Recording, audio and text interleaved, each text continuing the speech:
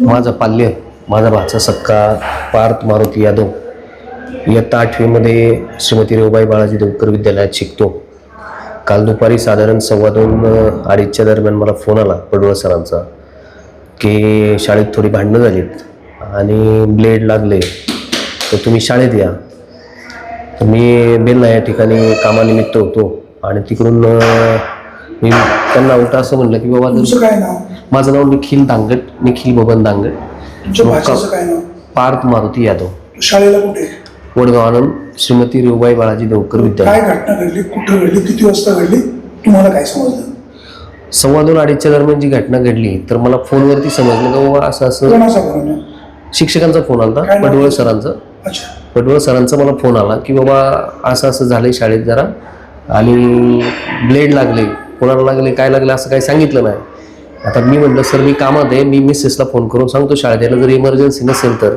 आणि मी पहिला फोन ठेवला, नंतर परत मी सरांना फोन केला, म्हटलं सर ज्याला कोणाला लागलं असेल त्याला पहिले तत्काळ तुम्ही दवाखान्यात न्या आणि जर माझ्या मुलाने काही केलं असेल तर 2 फटके त्याला लावा, कारण हे चुकीचं आहे, वा असं झालं नाही पाहिजे.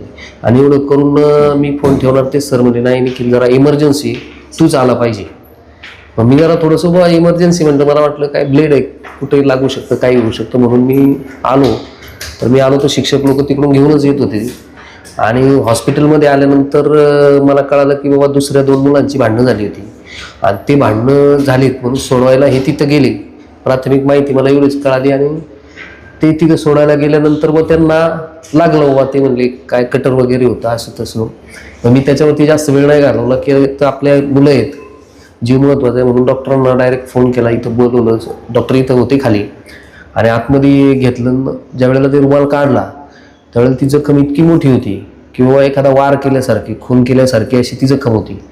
आणि मी डॉक्टरना विचारलं तर डॉक्टर म्हणले इमर्जन्सी आपल्याला ऑपरेशन करावं लागेल. मला 2 मिनिटासाठी काही सुचलंच नाही बाबा एवढं एखादं भयानक कृत्य हे होऊ शकतं शाळेमध्ये विद्यार्थ्यांकडून.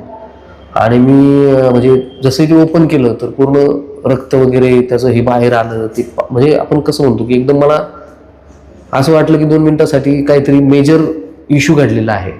आणि ते झाल्यानंतर इमिजिएट 10 ते 15 मिनिटं डॉक्टरांनी ऑपरेशनची तयारी केली पार्थच्या आणि ऑपरेशन केलं. तर प्राथमिक माहिती मला एवढीच सांगितली की बाबा त्याची श्वसन नलिका कट झालेली आहे आणि आपल्याला लगेच ऑपरेट करावं लागेल. आणि तिथून इथपर्यंत येईपर्यंत जो वेळ आहे त्या वेळेमध्ये त्याच्या श्वसन नलिकेमध्ये रक्त गेल्यामुळं सॅच्युरेशन आलेलं आहे आणि तो अनकॉन्शियस झालेला आहे. 2 मिनिटासाठी मी परमेश्वराकडे प्रार्थना केली की बाबा काय बी होऊ द्या, आपला पोरगा आहे वाचला पाहिजे. आणि त्याच्यासाठी हे केलं आणि आम्ही थांबलो.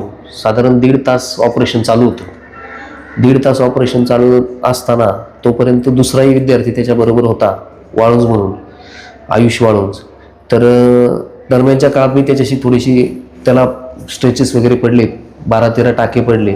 तर मी त्याला विचारलं आतमध्ये आल्यानंतर, तो एकदम स्टेबल होता. म्हटलं बाळा नेमकं काय झालं बाबा, काय तुम्ही त्याला मारलं, काय झालं? तर त्याच्याकडून प्राथमिक माहिती अशी मिळाली मला की कोणतरी अजय शिंदे नावाचा मुलगा होता, त्याची आणि त्याची 2-3 दिवसापासून भांडणं चालू होती आणि त्याला मारायच्या उद्देशाने त्याने कटर आणलं होतं, म्हणजे चाकूच थोडक्यात चाकू आणला होता आणि तो त्याला मारायच्या तयारीत होता म्हणून हे मध्ये गेले. तर त्याने काय केलं की ह्या आयुषला 2 चाकू मारले आणि आयुषला मारलेलं पाहिलं म्हणून पार्थमध्ये गेला.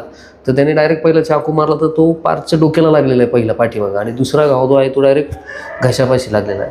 फक्त एका म्हणजे काय म्हणूयात आपण, परमेश्वराची कृपा म्हणा, त्याचं भाग्य म्हणा, नाहीतर जागेवरती डेथ झाली असती. अशा पद्धतीची इतकी भयानक ही हृदयद्रावक घटना आहे. आणि हे ऐकल्यानंतर अतिशय वाईट वाटलं, कारण त्याच शाळेमध्ये आमचंही शिक्षण झालं आहे. त्याच शाळेमध्ये आम्ही 4ही भावंडं शिकलेलो आहोत.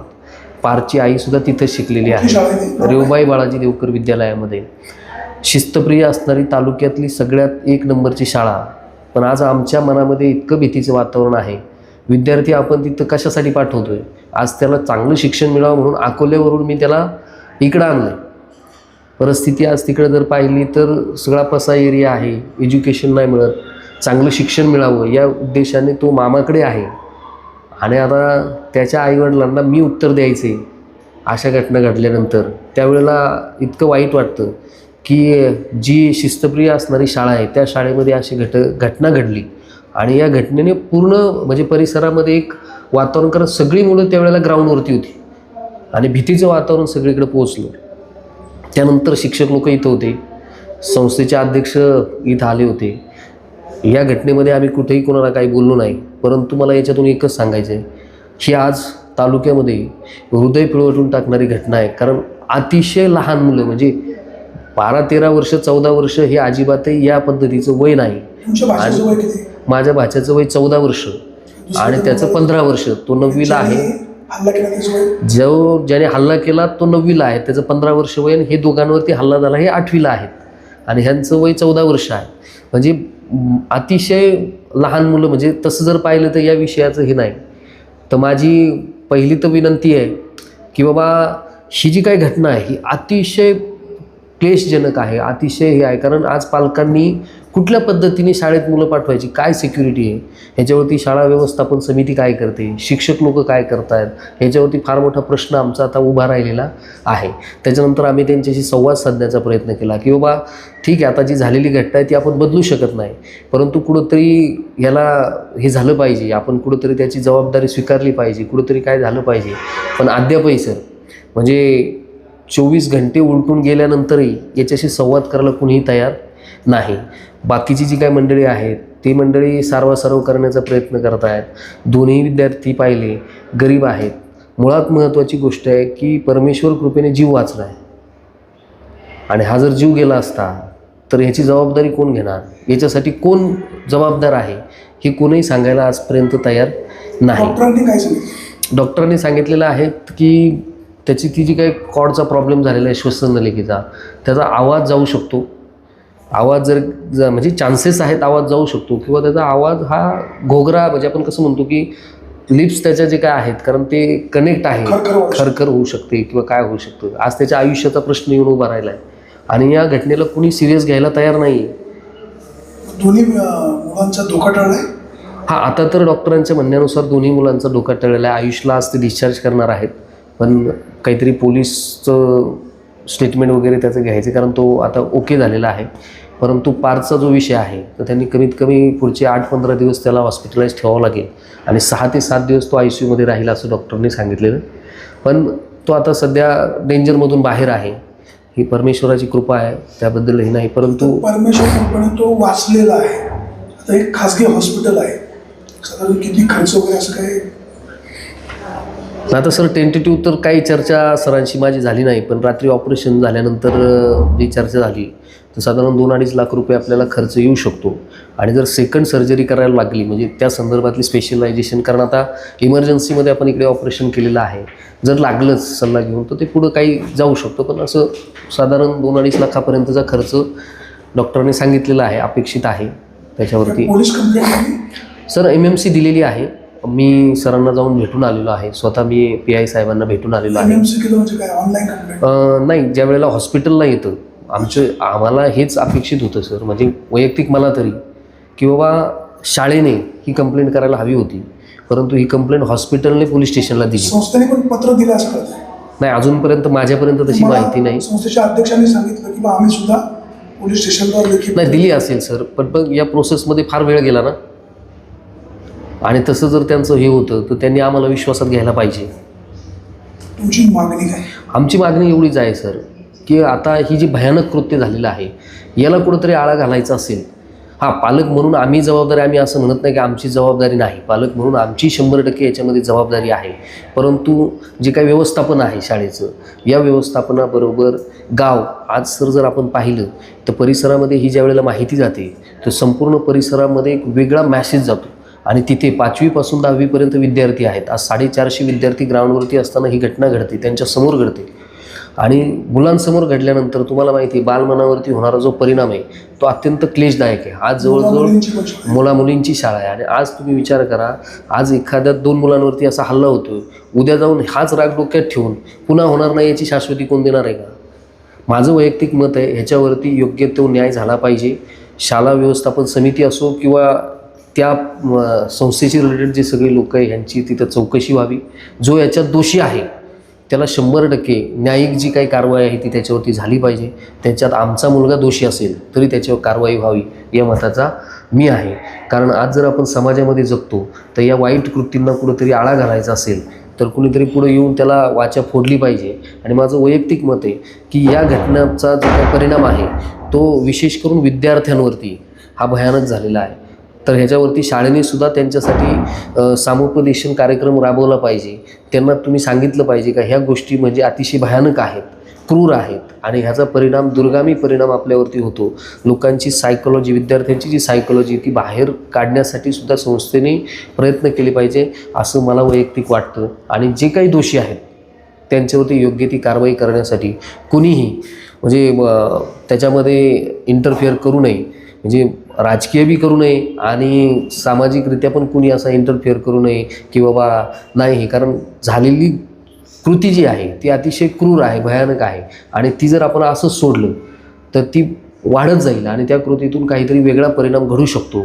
उद्या एखादा गुंड, एखादा खुनी, एखादा वेगळा माणूस तयार होऊ शकतो आणि तो समाजासाठी घातक आहे. तर याच्यावरती काहीतरी ॲक्शन झाली पाहिजे. घटना अतिशय दुर्दैवी आहे, खूप दुर्दैवी. घटना काही सामान घडत नाही. म्हणजे बाबा संस्थेला दोन्ही विद्यार्थी तसे समान असतात. म्हणजे ज्यांनी कृत्य केलं तोही विद्यार्थी, ज्यांच्यावर झालंय तोही त्यांचाच विद्यार्थी आहे. तुमची पालकांची पण आज बैठक झाली, बैठकीमध्ये काय ठरलं? सर, पालकांची बैठक अशीच झालेली होती. आज शाळेची जर परिस्थिती पाहिली तर शाळेमध्ये फक्त 4 शिक्षक परमनंट आहे. माझा एक पाल्य आता 10वीला शिक्षण करतोय, त्याची परीक्षा चालू आहे. तोही 5वीपासून त्या शाळेत आहे आणि हाही 5वीपासून त्या शाळेत आहे. गेली 4 पालक मीटिंगमध्ये म्हणजे गेली 4 वर्ष झाले आम्ही संस्थेला सांगतोय की बाबा शिक्षक भरती झाली पाहिजे. ती शिक्षक भरती होत नाही. नॉन ग्रँटची लोकं तिथं आहेत. त्याच्यामुळे विषय की 450 विद्यार्थ्यांची जबाबदारी घेणारे 4च परमनंट शिक्षक आहे. आपण त्यांच्यावरतीच बोलू शकतो, बाकी याच्यावरती नाही. तर संस्थेने हा कुठंतरी 4 वर्षामध्ये काय तुमचं असेल इंटरनल ते सोडून कुठंतरी शिक्षकांची भरती करायला पाहिजे. किंवा आज जर पाहिलं तर शाळेचा एवढा मोठा नावलौकिक आहे, शाळेचा रिझल्ट आहेत. आज या शाळेतून सर कलेक्टरपर्यंत, IGपर्यंत, DYSP मोठमोठाली विद्यार्थी, आमच्यासारखी मुलं आहेत ज्यांना घडवलेलं आहे. आणि आजच्या परिस्थितीत जर आपण पाहिलं तर ही घटना जर घडत असेल तर ही कुठंतरी शाळेला सुद्धा काळिंबा लावणारी आहे. म्हणजे असं काही नाही की बाबा फक्त त्यांच्यासाठी, आणि गावाच्या दृष्टीने सुद्धा किंवा आपल्या तालुक्याच्या दृष्टीने सुद्धा हे फार चुकीचं आहे. कारण एका ठिकाणी घटना घडल्यानंतर आता रिसेंटली आपण वाचलं असेल की चाकणखेड्यासारख्या ठिकाणी प्रायव्हेट क्लासेसमध्ये मारलं. म्हणजे हे का होतं आहे तर हे थोडंसं आपण पालकांनी सुद्धा, माझं वैयक्तिक मत आहे की लक्ष घातलं पाहिजे. आमच्या पालक मिटिंगमध्ये आज सकाळचा विषय हाच होता, झालेल्या गोष्टीला जबाबदार कोण. आणि आम्हाला शेवटपर्यंत सर सोल्युशन मिळालं नाही, जबाबदारीच कोण घ्यायला तयार नाही. आणि दुसरा, शिक्षक वगैरे भेटायला किंवा संस्थेचे अध्यक्ष मुलाला भेटायला कोणी आलं? सर काल सगळे शिक्षक इथंच होते. रात्री ऑपरेशन होईपर्यंत 11:30-12 वाजेपर्यंत शिक्षक इथंच होते. संस्थेचे अध्यक्षसुद्धा इथे येऊन गेलेले आहेत. पण हे इमोशनली पार्ट झाला सर.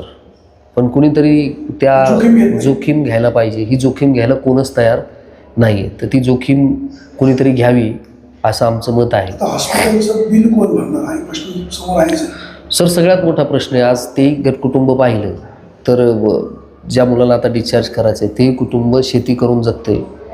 माझ्याही बहिणीचा विषय आहे किंवा माझाही विषय असा आहे की आमचीही परिस्थिती बेताचीच आहे, काही फार मोठं हे नाही आहे. आणि असं इन्सिडेंट ज्या वेळेला घडतो त्यावेळेला हे फार मोठं संकट, म्हणजे आर्थिकता आहेच आहे, परंतु आज जर चुकून काही कमी जास्त झालं असतं तरी फार मोठं, आणि आर्थिक जबाबदारी कोणी घ्यायलाही तयार नाही. विशेष गोष्ट, अध्यक्षांना भेटलो ते असं म्हणाले जे घडलं ते माध्यमांपर्यंत गेलं पाहिजे. मुख्याध्यापकांना भेटलो ते असं म्हणाले याच्या बातम्या होऊ नयेत आणि जे माझे विद्यार्थी आहेत त्यांचं म्हणणं सुद्धा हे शिक्षण संस्था बातम्या होऊ नये. सर आता बघा, मी सुद्धा त्या संस्थेचा माजी विद्यार्थी आहे. घटना बाहेर जाऊ नये म्हणून आपण जर थांबलो तर ही घटना जायची राहिली का? सगळ्या परिसरामध्ये ऑलरेडी याची चर्चा झालेली आहे. हां, आमचं एवढंच मत आहे यांनी शाळेचं नाव बदनाम होईल असं मला वाटत नाही, परंतु ह्याचा जर मॅसेज गेला तर कमीत कमी बाकी ठिकाणी कुठंतरी याला आळा बसू शकतो. आणि आपण जर याला असंच ठेवलं, हे माझं वैयक्तिक मत आहे, तर होणार काय माहिती आहे की दुसऱ्याला पण असा मॅसेज झाला काय नाही, एखाद्याने खून जरी केला तरी काय होत नाही. आणि ही मानसिकता म्हणजे फार चुकीची मानसिकता आहे असं मला वाटतं. शाळेमध्ये झालेलं आहे त्याच्यामुळं शिक्षकांना असं वाटणं साहजिक आहे की बाबा शाळेचं नाव लौकिक आहे, किंवा मुख्याध्यापकांना पण असं वाटणं त्यांच्या जागेवरती ते योग्य आहेत. परंतु मला असं वाटतं की ही कुठेतरी शिक्षक असं कुठल्या विद्यार्थ्याला सांगत नाहीत. शिक्षक काय सुरू घेऊन ये की घटना घडली स्वीकारली पाहिजे, मार्ग काढला पाहिजे. समुपदेशन केलं पाहिजे. सर नमस्कार. नमस्कार. डॉक्टर संतोष कोकणे. माझ्याकडे पार्थ यादव आणि आयुष वाळुंज 2 विद्यार्थी ॲडमिट आहेत. त्यातले पार्थ यादवला घशाला चाकूचा वार झालता. त्याची श्वसननलिका फुटली होती. काल आम्ही सर्जरी करून ती रिपेअर केली. तो आता आहे 50% आउट ऑफ डेंजर आहे. त्याला वेळ लागेल का 5-6 दिवस पूर्ण ट्यूब वगैरे काढायला. दुसरा आयुष वाळुंज आहे, तो आहे आउट ऑफ डेंजर. ठीक आहे. धोका टळला. धोका टळला आहे त्याचा. फक्त पार्थचा आहे, त्याला एक 4-5 दिवस लागतील रिकवर व्हायला, कारण ती श्वसननलिकाच फाटलेली आहे आणि त्याच्यामध्ये ती आपण रिपेअर केलेली आहे आणि त्यातून हील होईल तेव्हाच आपण ती ट्यूब वगैरे काढू. तुम्ही असं पोलिसांना वगैरे काही कळवलंय? हां, पोलीस येऊन एकदा स्टेटमेंट घ्यायचा प्रयत्न होता, पण तो काही स्टेटमेंट नाही देऊ शकत. त्याच्यामुळे त्याचं स्टेटमेंट नंतरच आपल्याला घ्यायचं. फिर्यादी आहेत निखिल बबन दांगट, वय 33 वर्ष, राहणार दांगटवाडी पिंपळवंडी. यांनी आज रोजी पोलीस स्टेशनला येऊन कंप्लेंट दिलेली आहे की त्यांची बहीण आहे नयना मारुती यादव, हे राहणारे अहिल्यानगरचे आहेत. त्यांचा मुलगा म्हणजे ह्या फिर्यादीचा भाचा आहे पार्थ मारुती यादव, वय 14 वर्ष. हा लहानपणापासून मामाकडे शिकायला असतो आणि तो पिंपळवंडीच्या श्रीमती रेवूबाई बालाजी देवकर विद्यालय वडगाव आनंद, तालुका जुन्नर, जिल्हा पुणे या ठिकाणी इयत्ता 8वीमध्ये शिकत आहे. तर दिनांक 25/2/26 रोजी त्यांना फोनद्वारे माहिती मिळाली, पडवळ सर म्हणून आहेत शाळेचे. त्यांनी फोन करून सांगितलं की पार्थ जो आहे, पार्थ मारुती यादव, ह्याला भांडणामध्ये जखम झालेली आहे आणि त्याला आम्ही कोकणी हॉस्पिटल इथं भरती केलेलं आहे. मग त्यांनी येऊन कोकणी हॉस्पिटलला चेक केलं, बघितलं तर त्यांच्या मानेवर, पार्थच्या मानेवर जखम होती. तसंच त्याचा एक मित्र आहे आयुष गणेश वाळुंज, याच्या पाठीवर सुद्धा चाकून मारलेली जखम होती. त्यांनी माहिती घेतली असता त्यांना अशी माहिती समजली की एक 9वीमध्ये शिकणारा एक विधी संघर्षग्रस्त बालक आहे. त्या बालकाचं त्याच्या अन्य कुठल्या तरी मित्रासोबत भांडण चालू होतं. त्या ठिकाणी आयुष हा भांडण सोडवायला गेला असता प्रथम त्यानं चाकून त्याच्या पाठीवर हल्ला केलेला आहे आयुषच्या, आणि नंतर हा जो पार्थ आहे, पार्थ सोडवायला गेला असता त्याच्या मानेवर चाकून वार केलेला आहे. तर त्याच्या पार्थला गंभीर दुखापत झालेली आहे मानेवर मार लागल्यामुळं. तर दोघांचाही कोकणी हॉस्पिटल या ठिकाणी उपचार चालू आहे. तर ह्या मामांनी म्हणजे निखिल दांगट यांनी दिलेल्या तक्रारीवरून आपण पोलीस स्टेशनला 61/2026 BNS कलम 109 प्रमाणे गुन्हा दाखल केलेला आहे. गुन्हा दाखल करून ह्या सदर गुन्ह्याचा पुढील तपास PSI पाटील हे करत आहेत.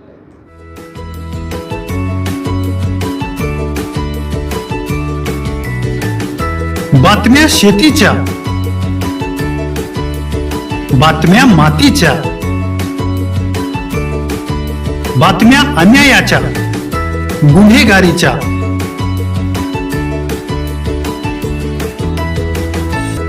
राजकारणाच्या आणि समाजकारणाच्या, शोषणाविरुद्ध बुलंद आवाज, जनसामान्यांच्या हुंकाराची गाज, सत्कार्याला प्रोत्साहन, दुष्कृत्याला अनुशासन, निर्भीड, निस्पृह, सडेतोड, बेधडक आणि रोखठोक म्हणजेच विघ्नहर टाइम्स. शोध बातमीचा, ध्यास सत्याचा. आपलं चॅनल, आपली बातमी. सबस्क्राईब तर कराच, पण बेल आयकॉनवर क्लिक करायलाही विसरू नका.